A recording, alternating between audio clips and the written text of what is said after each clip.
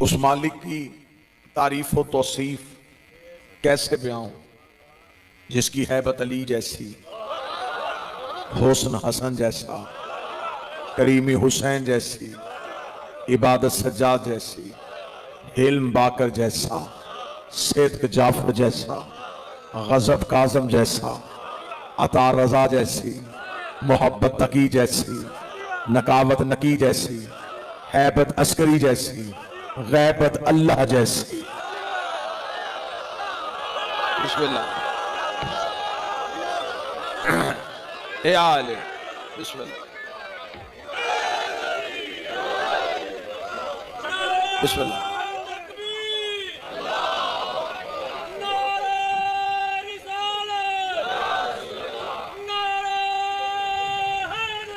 یا جنگلوں میں عرب کے گزاروں میں قرآن کے 30 سپاروں میں نعرہ حیدری یا بسم اللہ۔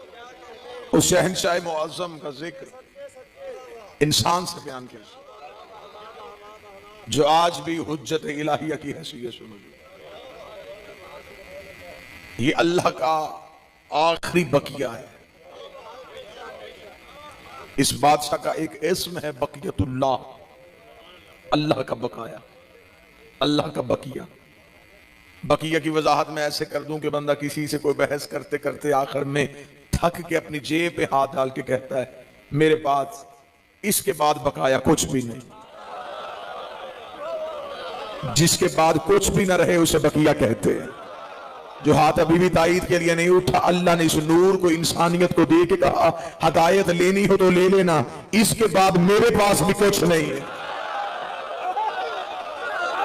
جس کے بعد توحید کا خزانہ بھی خالی ہو جائے، اس اللہ کے آخری بقیہ کو حجت الہیہ کے وارث کو قائم کہتے۔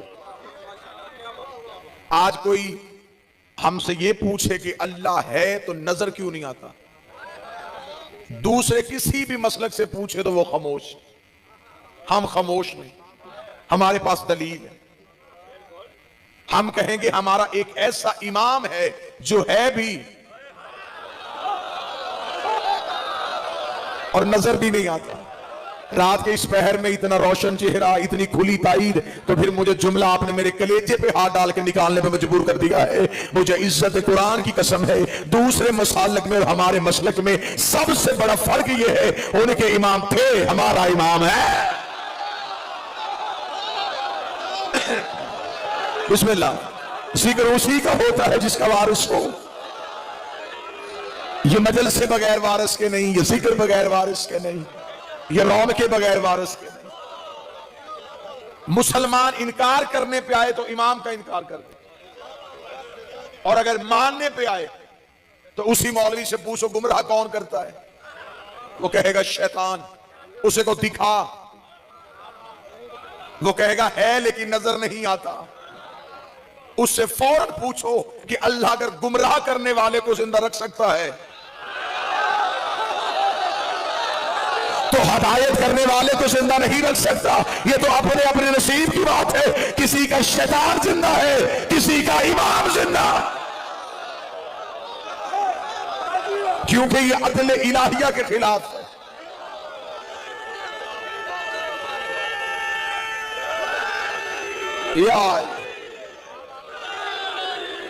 یہ اللہ کے عادل کے خلاف ہے، بسم اللہ، کہ وہ گمراہ کرنے والے کو تو رکھے اور ہدایت کرنے والے کو نہ رکھے۔ اگر کوئی غائب رہ کے گمراہ کر رہا ہے تو قیامت والے دن اللہ انسان کو دوزخ میں پھینکنے لگے تو خدا سے انسان کہہ سکتا ہے میرے مالک میرا کیا قصور ہے، تو نے گمراہ کرنے والا تو رکھا، ہدایت کرنے والا تو کوئی نہ رکھا۔ آج ہمیں زمانہ بتائے کہ وہ ہدایت کرنے والا کون ہے۔ ہم انتظار میں، آج زمانہ پریشان ہے کہ حالات کیسے ٹھیک ہوں گے، ان کے پاس آس کوئی نہیں۔ ہمارے پاس اللہ کی دی ہوئی آخری تسلی کو قائم کہتے ہیں، ہم اسی انتظار میں بیٹھے ہیں۔ انتظار میں سانسیں بھی عبادت ہوتی ہیں۔ ایک بندے نے معصوم سے آ کے پوچھا تھا مولا ایک سوال نے ساری رات نہیں سونے دیا، امام نے فرمایا پوچھ۔ اسے کہا مولا حضرت عیسیٰ سے لے کے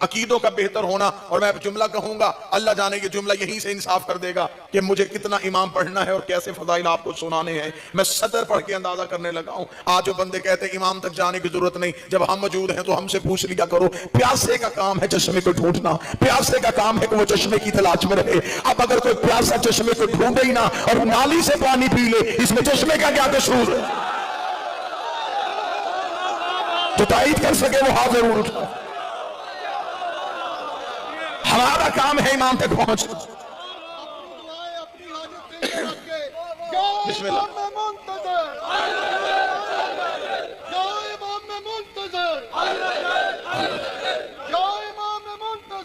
اللہ صلی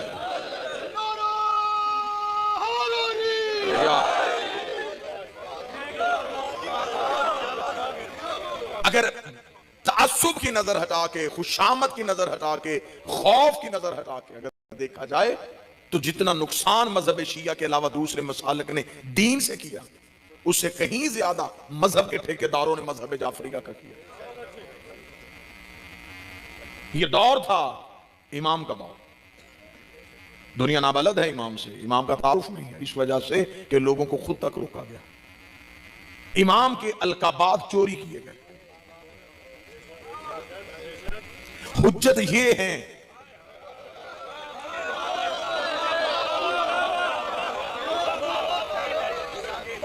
یہ ہے اللہ کی حجت. حجت کا ترجمہ عام جا کے ڈکشنری سے اٹھا کے دیکھنا. حجت کسے کہتے ہیں؟ جو عام ترجمہ آپ کو مل جائے گا اسے کہتے ہیں دلیل. حجت کہتے ہیں دلیل کو. حجت اللہ, اللہ کی دلیل. اللہ کی دلیل سوائے معصوم کے کوئی نہیں. یہ اللہ کی دلیل ہے, اللہ دعویٰ ہے, یہ دلیل ہے. ان سے پتہ چلتا ہے کہ وہ ہے. لفظ حجت کا جو ترجمہ اصل ترجمہ ہے وہ ترجمہ کیا ہے؟ میں مترجمہ پڑھ دوں اور اس ترجمے کے بعد پھر آپ جس کو مانتے ہیں آپ کو اس کی قسم, آپ پوری زندگی اس ترجمے پہ پرکھیے گا, اس معیار پہ کوئی اترے تو پھر اسے حجت کہیے گا. حجت کہتے کسے؟ علم فلسفہ کے ہاں دو لفظ پائے جاتے ہیں, ایک ہے معلوم, ایک ہے مجہول. کائنات میں ہر چیز یا معلوم میں ہے یا مجہول میں. مثلا میں آپ کے سامنے کہوں میز, تو آپ میں سے کسی نے نہیں پوچھنا کہ یہ کیا ہے, اس لیے کہ یہ آپ کے معلوم میں, آپ کے علم میں. آپ میں سے کسی نے مجھ سے دلیل نہیں مانگی یہ کس چیز کا نام لے دیا, اس کی شکل کیسی ہوتی ہے, اس کا مطلب یہ آپ کے معلوم میں تھا. اب میں ایک لفظ کہوں فرشتہ, اب کسی کو بھی نہیں پتا کہ یہ کیسا ہے, اس لیے کہ یہ آپ کے مجہول میں ہے. جس کی تصویر نہ ہو وہ مجہول میں ہوتا ہے, جس کی تصدیق بھی ہو تصویر بھی ہو وہ معلوم میں ہوتا ہے. اب میں لفظ حجت پڑھوں گا اور چہرے دیکھوں گا. حجت کسے کہتے ہیں؟ جو مجہول کو معلوم میں لا کے دکھائے اسے حجت کہتے ہیں. جو نہ نظر آنے والوں کے نظروں میں لا کے دکھا دے اسے حجت کہتے ہیں. سب سے مشکل کام تھا اللہ کو پہچاننا.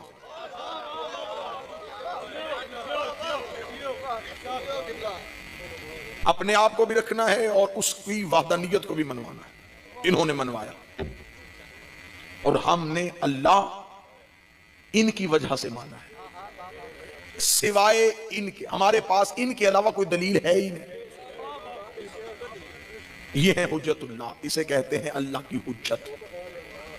اب جن بندوں نے دین سے حجت کو نکال دیا ہے, جو کہتے ہیں کہ مذہب میں صرف اللہ چاہیے, قرآن چاہیے, اعمال چاہیے, حجت کی اہمیت نہیں. پھر ہم مجمع کو جگانے کے لیے جملہ کہتا ہوں, حجت کا سب سے پہلا انکار ابلیس نے کیا تھا. اس نے اللہ کا انکار نہیں کیا تھا. اس نے یہ نہیں کہا تھا کہ نماز نہیں ہونی چاہیے, اس نے یہ کہا تھا کہ سجدہ نہیں ہونا چاہیے. نہیں, ابلیس کل بھی یا اللہ مدد کا قائل تھا, آج بھی ہے. اس نے اللہ کی وحدانیت کا انکار نہیں کیا. اس نے یہ نہیں کہا تجھے سجدہ نہیں ہوگا, اس نے کہا اسے سجدہ نہیں کروں گا. خدا نے کہا اٹھا نمازیں, نکل دربار سے, تیری تو نمازیں لعنت میں بدل گئیں, تیرے تو سجدے لعنت میں بدل گئے. میرے مالک تجھے سجدے کر رہا ہے, تجھے وحدہ لا شریک مان رہا ہے. تو نے اتنے بڑے نمازی کو اتنی جلدی لعنتی کیوں بنا دیا؟ فرمایا یہ نمازیں رکھ کے میں نے کیا کرنی تھی, اس نے حجت کا انکار کر دیا ہے. میرے مالک چل حجت کو چھوڑ, تجھے تو مان رہا ہے. خدا کا اگر آج اسے معاف کر دیتا تو کل کو بڑے بڑے معاف کرنے پڑ جاتے, کیونکہ حجت بھی پہلی تھی, منکر بھی پہلا تھا.